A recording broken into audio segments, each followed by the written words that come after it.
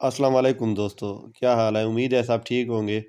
आज की वीडियो में हम चैनल आईसी, ट्यूनर आईसी को चेंज करेंगे, जो नशरियात का आईसी है, जो सिग्नल का आईसी है। तो ये आईसी कैसे चेंज होता है और इस आईसी की जगह दूसरा मुतबादिल आईसी कौन-सा लगता है?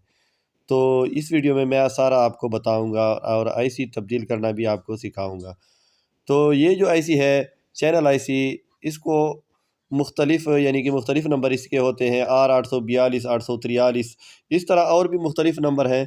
तो ये आईसी आपको कहाँ से मिलेगा? ये नया तो मिलता है मार्केट में, लेकिन अगर आपके पास नहीं है, आपके पास पुराने बोर्ड है, कोई डेड हुआ है, तो उसकी सप्लाई का अगर मसला होगा तो उसका आईसी तो ठीक होगा।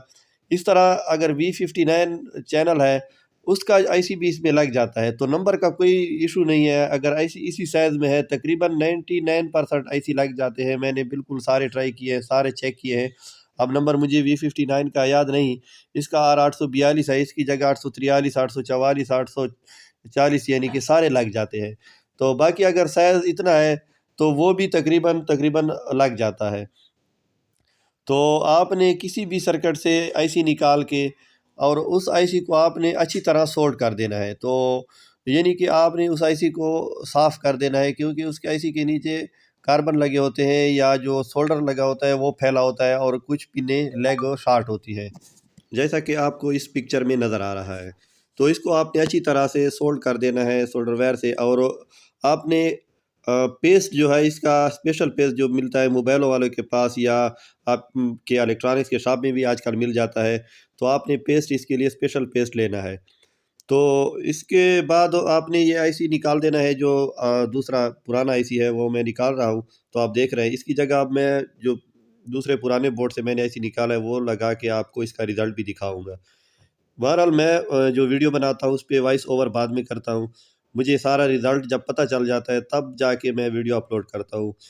अगर वीडियो सही ना हो और वो उसका रिज़ल्ट अच्छा ना हो, तो मैं फ़ेक वीडियो बिल्कुल नहीं बनाता। आप मेरे चैनल पे जाएँ, आपको मेरे चैनल पे सारे वीडियो मिलेंगी जो कि बिल्कुल 100% रियल है। कोई भी फ़ेक नहीं है। तो इसके अलावा अगर आपको सॉफ्टवेयर की ज़रूरत है, किसी किस्म की भी सॉफ्टवेयर की ज़रूरत है, आप मेरी वीडियो देखें, उसमें मैंने साफ बताया आसान तरीके से कि सॉफ्टवेयर किस तरह डाउनलोड किए जाते हैं और कहाँ से आसानी से सॉफ्टवेयर मिल जाते हैं। इसके अलावा सॉफ्टवेयर करने का तरीका भी A to Z सब कुछ मैंने कई वीडियो में बताया है, तो आप वो भी देख सकते हैं। इसके अलावा इसके बैकलाइट चेकिंग का तरीका, अगर बैकलाइट टेस्टर आपके पास नहीं है तो आप सिर्फ़ 1 या 2 डायोड से बैकलाइट टेस्टर बना सकते हैं, वो मेरे चैनल पे मौजूद है। आप वो वीडियो भी देख सकते हैं। तो इसके बाद ये है कि इसका जो मैंने आपको पेस्ट का कहा कि पेस्ट इसका कौन-सा इस्तेमाल करनी चाहिए। मेरे पास ये एक पेस्ट है जो मोबाइलों के लिए इस्तेमाल होता है, मैंने वो लिया हुआ है। आप ये पेस्ट आप इस्तेमाल कर सकते हैं। अच्छा, ये पेस्ट आपने बिल्कुल थोड़ा-सा इस्तेमाल करना है, जिस तरह एक कतरा हो। एक कतरे के बराबर आपने थोड़ा-सा डाल देना है, क्योंकि ये ज़्यादा इस्तेमाल नहीं होता। तो वो आपने डाल के, क्योंकि इस पेस्ट से ये जो आईसी की जो टाँके हैं, जो नीचे उसकी पिनें हैं, वो एक दूसरे के साथ मिलती नहीं है और सोल्डरवेयर फैलता नहीं है। तो इसका बहुत ज़्यादा फ़ायदा है और ये ज़रूर आपने इस्तेमाल करना है। तो इस तरह आपने फैला के उस पे आपने आईसी लगा देना है। तो उम्मीद है आपको कुछ न कुछ इस वीडियो की समझ आ रही होगी। तो फिर आपने आईसी लगा देना है। इस आईसी के जो पिनें हैं, जो जब हम इस आईसी को लगा लेते हैं तो बाहर कुछ कनेक्शन नज़र आते हैं। जो पिनें नज़र आती हैं, ये पिनें नहीं है इसकी, क्योंकि इसकी पिनें बिल्कुल नीचे है। तो कभी-कभी हम सोचते हैं कि ये पिनें तो बिल्कुल ठीक लगी हुई है, कोई भी शॉर्ट नहीं है, और फिर भी आईसी का या टीवी का या एलईडी का रिज़ल्ट नहीं है। तो असल वजह ये होती है कि उसके नीचे पिनें शॉर्ट होती है। बाहर से तो हम सोल्डिंग कर देते हैं, काविये से सारे पिनें अलहदा कर देते हैं, लेकिन बाहर तो सिर्फ़ और सिर्फ़ प्रिंट है, पीसीबी है।